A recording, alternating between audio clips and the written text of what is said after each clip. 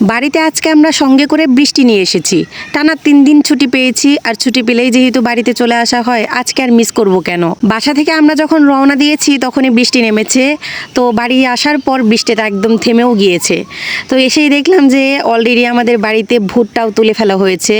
ভুট্টার সিজন চলছে, ভুট্টা দেখে খুব ভালো লাগছিল, কারণ এই ভুট্টা ভাজা খেতে যে এত ভালো লাগে, বিশেষ করে আস্ত পাকা ভুট্টার ঝলসে খেতে আরো বেশি টেস্টি লাগে। আমার আব্বাজানকে আমরা পেয়ে আজকে ভীষণ খুশি।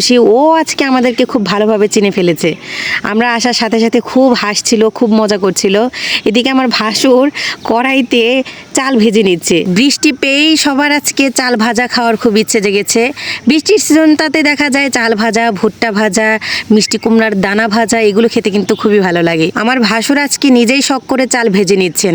আমরা বাড়ির বাকি যে কাজগুলো আছে ওগুলো দেখে নিচ্ছিলাম যে কি কি কাজ করা হয়েছে। আজকেও ওনারা কাজ করছেন। ওনাদের কাজের মধ্যে আজকে দেখলাম যে মোটামুটি জানলার গ্রিলগুলো লাগানো হয়েছে। রুমের প্লাস বাহিরে লেপা পোছার কাজও মোটামুটি চলছে। তো কাজ মোটামুটি ঈদের আগে হয়ে যাবে আশা করছি। ইনশাল্লাহ কুরবানি ঈদের আগেই আমরা এই ঘরটাতে উঠতে পারবো। এই রুমটা কিন্তু আমাদের সবসময় দেখা যায় আমরা প্রথমে এই রুমটাতেই ঢুকি। আমাদের রুমটাতে 2টা জানালা পড়েছে, জানালাগুলো বেশ বড়সড়, আর বাইরে অনেক গাছও আছে, আর ওয়াশরুমের কাজও চলছে। আজকে ওয়াশরুমের দরজাটা লাগানো হয়েছে। আমরা তো আর প্রতিদিন দেখতে পাই না যে কিভাবে কাজ চলছে আর কতটুকু কাজ করা হচ্ছে। সবকিছু আমার ভাসুর আর আমার শ্বশুর আব্বাই দেখে থাকেন। আমরা ছুটির সময় যখনই আসি এসে শুধু দেখি যে কতটুকু কাজ হলো, মানে আশায় থাকি কখন পুরো কাজটা কমপ্লিট হবে, কখন বাহির থেকে একটা সুন্দর বাড়ি আমরা দেখতে পাবো। গ্রামে যৌথভাবে করা বাড়ির প্রতি যে কি পরিমাণ একটা টান থাকে তাই এখনই বুঝতে পারছি। সবাই মিলে এখানে থাকবো, শ্বশুর থাকবেন, শাশুড়ি থাকবেন, ভাসুর, যা, ননদরা আসবে, সবাই মিলে আমরা অনেক এনজয় করব, একসাথে গল্প করব, একই ছাদের নিচে সবাই থাকবো। এটা ভাবতেই কিন্তু খুবই আনন্দ লাগে। ছাদে পানি জমে গিয়েছে, আর আমার এই আব্বাজান পানি দেখলে তার হুঁশ থাকে না।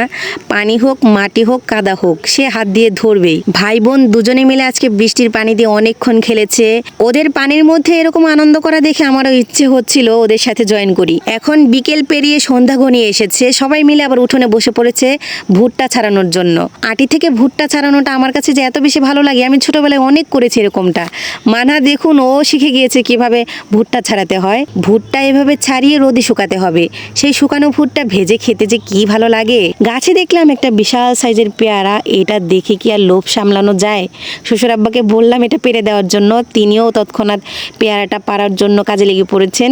আমি আর আমার ছোট ননদ মিলে কিছুক্ষণ চেষ্টা করেছি। সিজন ছাড়া একটা পেয়ারা যদি গাছে দেখা যায়, ওটা না খেয়ে কি কোনো উপায় আছে?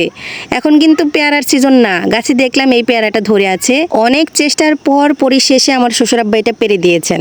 আমরা সবাই মিলে পেয়ারাটা খাওয়ার জন্য অপেক্ষা করছি।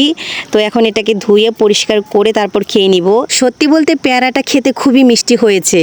যাই হোক, রিজিকে ছিল, তাই দিন শেষে আজকে এরকম একটা মজাদার পেয়ারা খাওয়া হলো।